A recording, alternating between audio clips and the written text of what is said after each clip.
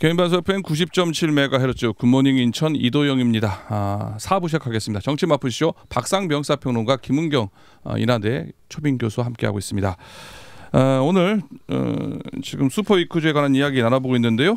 앞서 한덕수 총리에 대한 탄핵 심판 기각 결정, 이게 헌재 결정이요. 참 이게 만장일치가 아니었습니다. 물론 기각 결정은 나왔습니다만은 각하 의견도 2명 있었고요. 인용 결정 1명, 또 기각 결정 다수 의견이죠. 5명이서 최종 기각이 됐는데요. 이번 헌재 결정 김은경 교수님 어떻게 평가하고 어떻게 보셨습니까?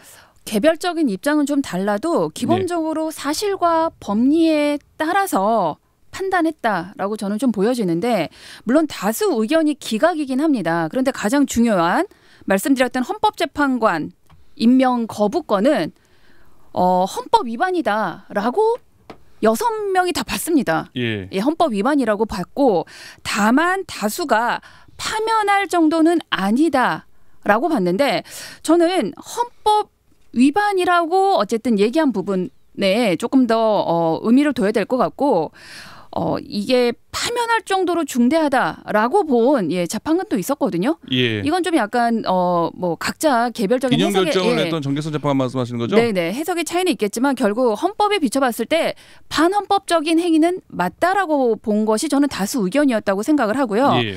거기에다가 또 뭐 정계선 재판관의 경우는 그것도 유중하지만 한동훈 전 대표와 공동 국정 운영을 시도했던 것, 이것도 파면에 이를 정도다라고 강하게 봤습니다. 예. 물론 2명이 이거는 정족수 150명이 아니라 이거는 대행으로 봤을 때 정족수에 미달됐기 때문에 각하한 의견도 있긴 했지만, 저는 기본적으로 헌법재판관을 임명하지 않았던 부분이 저는 한덕수 총리에게는 가장 큰 탄핵 사유였다고 생각하고, 그런 점에서 다수가 기각을 했지만 헌법을 반한 행위였다라고 인정한 부분은 좀 의미 있게 봤습니다. 다만 탄핵할 정도는 아니다라고 얘기한 거죠? 파면할 정도는 아니다. 네. 그죠, 파면할 정도는 아니다. 예. 네, 한덕수 총리를 좀 탄핵할 때부터 이거 좀 무리라고 생각했던 것이, 임명을 하지 않는다고 그러는데 좀 시간을 좀 주면 안 됩니까? 이게 우리 헌정사상 처음 있는 일이라고요. 해서 되는지 안 되는지. 그러니까 좀 시간을 가지고 고민을 하면 됐었고, 나머지 저는 이번에 2명이 대통령 그 국회 탄핵에 대한 정족수 문제로 각하를 했어요. 저는 이 대목이 제일 이해가 안 돼요. 지금도 아주 상식적으로 국무총리니까 대통령 권한 대행을 했겠죠. 예. 국무총리니까 그러면 국무총리가 기준이 돼야 되지, 권한 대행이라고 대통령의 기준을 맞춥니까? 대통령의 재적의 3분의 2는 국민이 직접 뽑은 대통령만 하는 거예요. 예. 이거 일반 국민들도 아는데 왜 헌법재판관 2명을 이걸 각하하는지 저는 이해가 안 돼요. 저는 그래서 이런 헌법재판관 앞에서 앞으로 받을 다른 재판들이 좀 걱정됩니다. 솔직히 말하면. 왜냐하면 이게 고도한 법리가 아니라 아주 상식이에요. 국무총리가 아니면 대통령 권한 대행이 안 되는 거예요. 예. 그럼 국무총리의 기준이 뭡니까? 제적 의원 가만히라고요. 그럼 151명 이상이면 이건 당연한 것이지. 예. 그 200명이라고 우기면서 2명이 각하했다? 참 지금도 납득이 안 되고. 그래서 다음에 개헌할 때는 저는 헌법재판소 없애야 된다고 봐요. 정말로. 그래서 국회를 상원 하원으로 나눠서 미국처럼 그렇게 하든지 해야 돼. 이렇게 선출되지 않는 권력이 상식 박혀도 안 되는 얘기를 가지고 온 국민이 가슴을 졸이면서 또 지금 한번 봐보세요. 윤 대통령은 탄핵 재판 언제 합니까? 몰라요, 이거 지금. 나라가 불이 나고 엉망인데도 불구하고 언제 할지도 몰라요. 이렇게 모든 국회의원들이, 국민이 뽑은 국회의원들과 국민들이 가슴 졸이면서 언제 할지를 지켜봐야 됩니까? 그래서 저는 이번에는 검찰도 이제 다음 정권에서는 혁명적인 개편을 해야 됩니다만은 개헌을 해서 저는 헌법재판소도 아예 없애는 방향으로 가는 것이 정답이다. 민주주의는 선출된 권력이 국민의 주권을 대행하는 겁니다. 선출된 공무원이 임명직은 그 보조적인 장치에 불과해요. 지금은 전혀 반대예요. 헌법재판관 봐보세요. 각각 2명이라니. 저 이거 상식으로 이해가 안 돼요. 그런데 평론가님의 그 말씀이 재판관들의 6명의 다수 의견은 맞지만 재적 과반수가 이제 재적 과반수가 넘으면 탄핵된다는 얘기고 이제 2명의 재판관은 이제 대통령 탄핵 정족수인 3분의 2, 200명 넘어야 된다는 얘기가 그게 국민의힘 주장이었었잖아요. 그리고 지금 재판관 각하 의견 낸 재판관이 윤석열 대통령이 임명한 헌법재판관이고 한 명은 국민의힘 추천으로 된 재판관인데 네. 뭐 그런 것도 뭐 작용했을까요? 작용 저는 안 했다고 싶을 수는 없어요. 그죠? 그렇죠. 너무도 기본적인 것을 예, 상식 밖으로 하다 보니까 왜 그렇지? 이 사람 뭘 몰라서 그런 거 아니라 뭐 뒤에 정치적인 어떤 배경이 좀 다르나 보다. 예. 그래서 헌재가 무슨 좌판 우판 얘기하고 있는 것인데 예. 언제까지 이런 사람 할 수 없잖아요. 예. 간명합니다. 헌법 바꿔서 헌법재판소 없애야 됩니다. 예. 또 하나가요. 아까 교수님은 윤석열 대통령에 대한 탄핵에 대한 단서가 있었다라고 이제 얘기를 해주셨는데 네. 이 일부 언론이나 신문 같은 거 보면은 뭐 변수, 뭐 힌트 이런 거 없었다. 왜냐면 아까 말한 각하는 아예 심리도 안 한 거고요. 아까 말한 윤석열 대통령에 대한 탄핵에 대한 어느 정도 가늠자 역할을 할 수 있던 게 없었다. 뭐 그런 얘기가 있었는데 평론가님 그거는 어떻게 생각하세요? 힌트가 있었다 없었다? 저는 그거는 아니라 봐요. 없었다고 보시는 거죠? 그럼 뭐 해석을 하면은 과잉 해석이고 예. 그 말하기 좋아하는 평론가들이나 전문가들이 그냥 막 떠올리는 얘기고 그지 실질적으로 뭐가 없었잖아요. 경강부회할 필요 없이 예. 이번 건하고 윤 대통령의 탄핵과는 전혀 별개의 문제로 어떤 메시지도 없었다. 알겠습니다. 저도 의도적으로 헌법재판관들이 윤석열 대통령의 탄핵에 단서를 안 심으려고 저는 결정문에 의도적으로 고심한 흔적이 있는데 굳이 찾자고 하면은 비상계엄에 공모했거나 방조했느냐라는 부분에 대해서 이게 아무래도 이제 윤석열 대통령하고 관련은 있겠죠. 적극적 행위를 했음을 인정할 만한 증거나 객관적 자료를 찾을 수 없다라고 판단한 게 전부거든요. 그쵸. 이걸 조금 더 해석을 하자고 하면 한덕수 총리의 개입 정황은 증거로 드러나지 않았다는 겁니다. 비상계엄에 대한 판단이 아니라 그렇기 때문에 이거는 윤석열 사건과는 별개의 문제다. 그러니까 여기에서 이것을 기각을 시켰기 때문에 비상계엄에 대한 문제가 없다라고 본 게 아니라 계엄에 방조하거나 같이 했거나 하는 부분을 찾을 수 없었다는 거죠.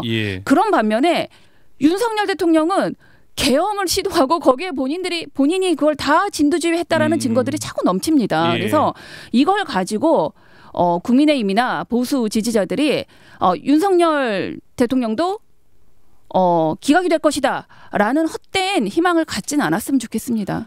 며칠 전만 하더라도 뭐 제가 언급하기 별로 좋아하지 않는 분이긴 합니다만 나경원 의원이 이재명 대표의 항소심 때 항소심 그거 날 26일입니까? 26일은 이재명 대표의 사망 선고일 알았어요.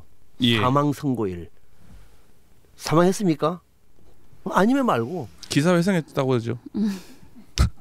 그러니까 사망 이렇게 말이 험한 얘기를 했는데 누구도 책임 안 져요. 그러니까 그런 얘기가 너무 넘치기 때문에 우리 애청자분들 들을 때 누가 얘기를 하느냐 중요한 것이지 말 자체가 중요한 건 아니에요. 부처님의 말씀, 예수님의 말씀을 들어야 되는 거지. 그 나머지에 무슨 목사들 얘기는 무시해도 괜찮습니다. 중들 얘기도 무시해도 괜찮습니다. 이재명 대표의 어제 2심 무죄 선고 관련 얘기 좀 나눠보도록 하겠습니다. 앞서 평론가님 말말말해서 관련된 얘기를 뽑아오셔서 얘기를 들었는데요. 교수님은 이번 이재명 대표의 2심 공직선거법 위반 전부 무죄 사건 어제 언론을 통해서 보셨을 텐데 어떻게 평가하시고 보십니까? 저는 조심스럽게 무죄나 당선 무효형 이하의 형이 나올 거라고 조심스럽게 예상을 했습니다. 무죄까지 100% 확신했던 건 아니지만 이 판결을 듣고 보니 1심이 정말 무리하게 형을 내렸다. 그리고 더 문제는 검찰이 무리하게 수사를 하고 기소를 했구나. 그러니까 사법살인의 수준을 저지르려고 했던 검찰의 이번 이 판결은 말 그대로 검찰의 파면을 말씀 뽑아오신 것처럼 파면을 내린 결과다라고 생각합니다. 비슷하군요. 그 평론가님 아까 그 말만 뽑아오신 건 이제 검찰에 대한 얘기를 했었잖아요. 근데 이게 1심과 완전히 정반대 결과가 나왔단 말이에요. 그 보면은 그거에 대해서도 좀 그러니까요. 재판부도 이렇게 다르구나라고 우리가 새삼 느꼈고요. 뭐 많이 다른 것이 아니라 정반대가 나와버렸잖아요, 그죠? 정반대 나왔죠. 1심 판결에 징역 1년, 저 처음 봤어요 이런 거. 선거법 가지고 또 2심 전혀 무죄. 근데 이거는 좀 그래도 우리가 이해할 수 있는 게 그래서 잘못할 수가 있으니까 사법 판결은 3심까지 가는 것 아닙니까? 그죠? 사법부는 잘못했으니까. 근데 검찰은 뭡니까? 검찰은 지금 4년째 지금 조사하고 있어요. 그런데도 불구하고 2심에서 무죄예요. 이게 지금 이렇게 하다 보면은 검찰이 마음에 안 드는 한 놈만 잡아가지고 몇 년 동안 수사하면은 아마 다들 멘탈 다 막 단단할 거예요. 그래도 이재명 대표는 꿋꿋하게 버텨왔어요, 그죠? 이거 보면은 검찰이 사람 하나 죽이는 거는 죽인다는 표현이 아침부터 좀 죄송해요. 조금 무력화시키기에는 참 어렵지 않구나. 이 무지막지한 검찰을 때 일반 국민들은 얼마나 피눈물을 흘리는 사람들이 많겠는가 싶은 생각이 들어서 저는 앞서 말씀드린 것처럼 다음 정권에서는 검찰청 없애고요. 기소청 아니요 정말요. 아니 헌재도 없애고 검찰청도 없애고 그럼 뭐 정부가 어떻게 돌아갑니까 이게? 지금 대한민국은 검찰과 법원이 망치고 있는 거예요. 그래서 검찰청 없애서 기소청으로 만들고 수사는 이건 지난 정부에 그런 계획이 돼 있었어요. 국가수사본부가 그다음에 공수처가 수사하는 것이 맞아요. 저는 그 길은 다음 정권에서는 불가피하다고 봅니다. 예, 교수님. 네네. 지금 이제 검찰 얘기는 지금 검찰이 잘못한 거는 뭐 지금 누누이 얘기를 했고요. 우리가 법원이에요. 법원. 이재명 대표가 고 김문기 씨를 몰랐다. 이건 어차피 1심과 2심 다 무죄예요 지금. 근데 문제는 골프를 쳤다. 그게 거짓말이 아니냐. 근데 이게 지금 그거 아니다. 2심에서는 그 사진이 조작된 걸 수도 있다. 뭐 이런 얘기에서 이제 무죄 판결을 내린 거고. 세 번째 국토부의 그 협박에 대해서도 그거 뭐 의견 단순한 의견 표명이고 그리고 수차례 공문을 보낸 거 아니냐. 좀 문제가 있지 않느냐. 허위사실 공표 아니다. 이렇게 판단했단 말이에요. 이렇게 바뀐 거에 대한 그 어떻게 보면 정반대로 바뀐 거 아니겠습니까? 이런 재판부의 판단 어떻게 보세요? 저는 이번 2심 판결이 더 정확하게 판단을 1심 했다. 판결 잘못했다. 2심 판결이 잘 됐다죠. 1심 판결 잘못했다. 2심이 무리하게 판단을 했다라고 저는 생각이 들어요. 그러니까 상식적으로 이해가 안 되는 판단을 한 거죠. 이재명 대표의 정확한 워딩이 뭐였냐면 골프를 친 것처럼 공개했던데 일부를 떼내가지고 보여줬더군요. 그게 원래 10명 정도의 사진을 일부를 떼내서 그걸 확대해서 이렇게 김문기와 굉장히 가까운 사이인 것처럼 조작한 건 맞잖아요. 그러니까 이것은 편집된 사진이다. 라고 이번 재판부가 본 게 맞는 거죠. 사실인 거죠. 그리고 전에도 말씀드렸는데 그 국토부의 압박, 그러니까 협박, 그건 느끼기에 따라서 내 의견이 그 사람은 그냥 이렇게 말을 전달했지만 내가 느낄 땐 협박으로 느낄 수도 있고 압박으로 느낄 수도 있는 겁니다. 이건 굉장히 주관적인 부분들에 대해서 이걸 허위사실 공표라고 얘기하는 것, 저는 이게 첫 번째 1심 재판에서 무리하게 판단을 한 것이다라고 보여지고 그런 점에서 저는 이번 무죄 판결은 오히려 국민의 법상식에 가까운 판단을 했다라고 보여집니다. 알겠습니다. 지금 2심 판결이 나왔는데요. 이게 633 원칙에 따르면 대법원의 결론, 사실 뭐 대법원에서 어떻게 될지 모르겠습니다만 이게 법률심이다 보니까 사실 항소심 결론이 유죄될 확률이 높다라는 게 일반적인 평가인데 지금 윤석열 대통령에 대한 탄핵 심판 선고일이 잡히지 않은 상황에서요. 지금 대선과 연계해서는 어떻게 봐야 될까요? 지금 청실화 켜졌다. 뭐 아니면은 지금 이재명 대표의 대선 가도에 열렸다 이렇게 얘기를 하고 있는데 이런 최종 대법원 판결과 연계해서 대선 가도를 연계해 본다면요. 우선 제일 중요한 것이 이제 대통령 선거 날짜가 언제쯤 되느냐가 중요하겠죠. 그래서 이제 대부분 또 대통령 선거 날짜는 윤 대통령 파면 날짜와 같이 맞물려 있기 때문에 법적으로 헌법에 2달이니까 마무리했습니다만은 뭐 이번 주는 안 되죠. 다음 주에 한다고 하면은 5월 말 정도는 대통령 선거를 하겠죠, 그죠? 그럼 그때 좀 대통령 선거를 한다고 칩시다. 한다고 치면은 그때까지는 대법원이 이재명 대표의 재판을 할 시간이 안 돼요. 안 되겠다 봐야 되겠네요. 물리적인 시간이 안 돼요. 그러니까 절차를 밟고 그냥 딱 오세요 재판하면 이것이 아니라 관련되어 있는 이른바 법률적인 행정 절차가 있지 않습니까? 그만 한 달 걸려요. 하고 난 다음에 30일 안에 막 지금 여야가 대선 그 경선이라든지 또는 본선 레이스를 펼쳤는데 잠깐만 하고 이재명 대표 재판 먼저 할게 이렇게 할 수 없잖아요. 그래서 물리적으로 불가능하기 때문에 이번 판결로 이재명 대표의 대선 가도에는 날개를 달았다. 이렇게 평가합니다. 지금 그 파면 선고, 탄핵 심판 선고가 나지 않은 상황에서 정확한 날짜를 예측하기는 어렵지만 아무리 늦게 잡아도 저는 2명의 재판관이 퇴임하기 전까지는 선고를 내려야죠. 그러면 4월 18일 전에는 내릴 거거든요. 그 뒤로 60일 안에 선거를 치러야 되는데 저는 아무리 대법 판결이 3개월 안에 나온다고 해도 이번 마지막 대법의 결과는 이 대선에 영향을 줄 수 있는 범위에 들어오지 않는다. 예. 그리고 나머지 받는 재판들 지금 1심이 진행 중이거나 또 2심이 진행 중이거나 하는 재판들이 있지만 그 또한 이번 대선에는 전혀 영향을 줄 수가 없다. 그러니까 예. 아무리 탄핵 선고를 늦게 한다 하더라도 지금 이제 다음 주는 그래도 나오지 않겠습니까? 예. 근데 뭐 날짜를 정확히 지금 특정할 수는 없지만 4월 중순이라고 했을 때 저는 이재명 대표의 사법 리스크는 이제는 다 털고 예. 날개를 달았다.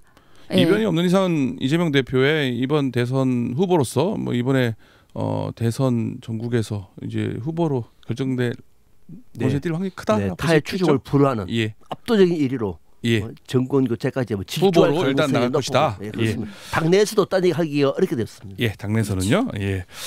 그런데 윤석열 대통령에 대한 탄핵 심판 왜 이거 결정 선고도 안 하는 겁니까? 빨리 아까 말씀 잠깐 하셨는데 이거 헌재 왜 이렇게 시간 끄는 거죠? 저도 정말 이게 그래서 제가 앞서 헌재 없애야 된다고 말씀드렸는데 예. 그냥 화가 나서 하는 얘기가 아니고요.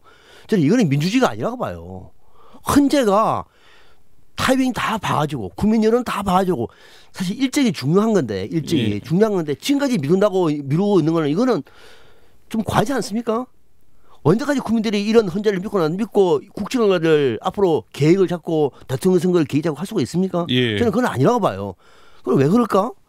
내부적으로 의견이 조율이 안 됐으면 조율 안 되는 결론 내려야 되는 거죠. 그러면은. 그렇죠. 그리고 또 조율됐으면 바로 이재명 대표의 재판은 이재명 대표의 항소심 재판전은 저를 할 줄 알았어요. 그래도 헌법재판관에 자존심이 있잖아요. 이를 예. 보고 한다고요? 저쪽에는 항소심에서 이재명 대표의 무죄 판결 내렸네. 그럼 할 수 없다. 우리도 선고해가지고 하고 난 다음에 윤석열 파면을 가자. 다 의견 모읍시다. 예. 이렇게 판단할까요? 그렇게 하면 정말 헌법재판관 자격이 없어요. 예. 근데 지금 날짜도 이미 지났고 이번 주에 할 줄 몰라요. 안 할지도 몰라 이번 주에도 또 내일까지니까. 뭐 오늘 안 하면 내일. 오늘 안 하면 어제 안 했기 때문에 이번 주 이미 끝났죠. 관례적으로는 이틀 전에 통지를 하니까. 그렇죠. 뭐 이번 주 끝났죠. 뭐. 그럼 다음 주 주말쯤 한다고 생각하면은 이건 늦어도 그 사이 국민들의 피로감이라든지 예. 분열이라든지 또는 정치적인 혼란이 얼마나 심합니까? 헌법재판소가 이렇게 좌고우면하면서 뜸을 들 줄은 전 몰랐습니다. 예. 이런 헌법재판소 대한민국 민주주의에 별 도움이 안 됩니다. 교수님도 헌법재판소에 대한 얘기하고요. 네. 마무리 말씀까지 갑자기 해주시죠. 지금 저는 8명의 재판관이 이 한덕수 총리의 판결로 미루어 봤을 때 다 법 해석에 대해서는 큰 틀에서는 일치를 하는데 예. 이 세세한 부분에서 의견이 조금은 다양한 의견이 나올 수는 있겠다.